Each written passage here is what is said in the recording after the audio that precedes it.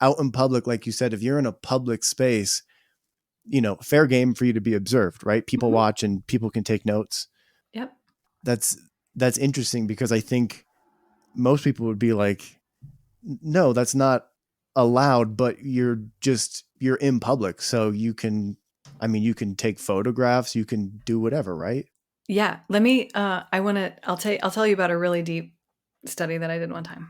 Um, I, I had this breakthrough in the research once upon realizing that I could see a lot when I watched someone do a habitual task, something that they've done 100,000 times.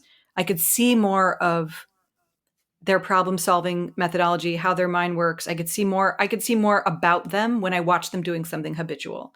And so I got this idea that I wanted to watch people in their morning routine before work because I thought I'll be able to see more about how they are and who they are and what matters to them by looking at what are very first thing. Like I watched people get out of bed. Really? Yeah, in a couple of cases, they were able to get their roommate to let me in before they woke up, and I watched them wake up. It was so creepy, Oh my gosh. but Cool. Yeah. but And creepy. Yeah. yeah, it's super creepy. I really like it, but in order to do this, so we've talked a lot about how a researcher can prepare themselves to be a kind of neutral observer, but I also realized I needed to teach the research subject how to quote unquote be natural. So we actually held a workshop to kind of prepare and train is too strong a word, but to prepare subjects for the experience of being observed so that because a lot of what happens when I go into an ethnographic observation, the first 30 to 40 minutes is spent with me explaining to them what we're going to do and how it works and making sure they're comfortable with me, letting them know I want them to be honest, letting them know, all these things like kind of getting them comfortable and letting them know what to expect so that they can relax. But I realized that if people are waking up and I'm trying to observe the first thing they do, I can't have that conversation with them.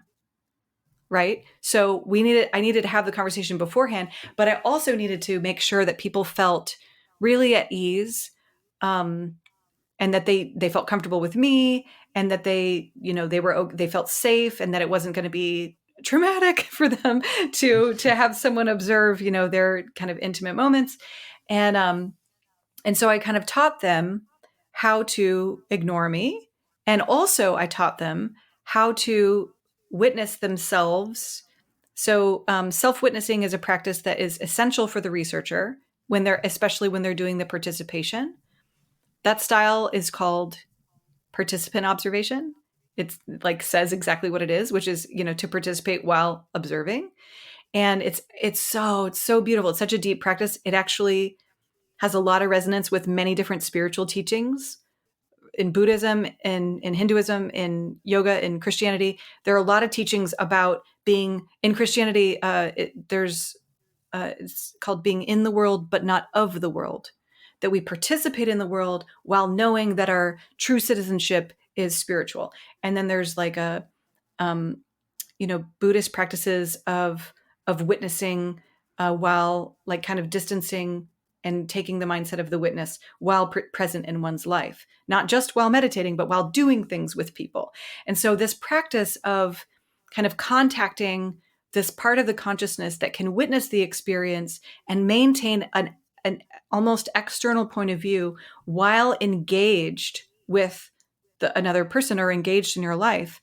This is also one of the foundational practices of the kind of parts work that we talked about of dialoguing with the self from that point of view of the witness. So I teach researchers how to self-witness so that they can participate and observe. But then I realized I need to teach the subjects how to do it too, because I need them to narrate to me what their thoughts are while they do their morning routine. And that is not something that most people do.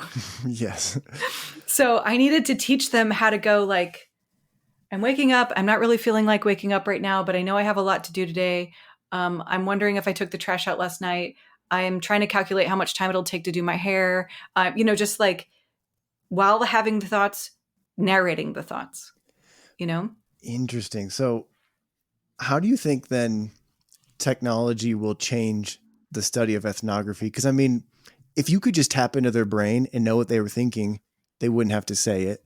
And if you could be like a little mini drone and follow them around in their morning, you wouldn't have to physically be there.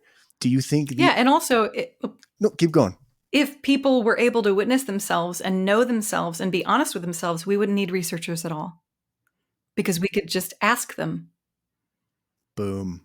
I mean, this is the weird, dark premise of observational research or market research in general, is that people don't know themselves or people can't be honest. Like this, people say it different ways, but the idea that a researcher can see more about a person than that person can see about themselves it's a bit insulting, actually, but it's also based in fact because a lot of people are not in touch with themselves.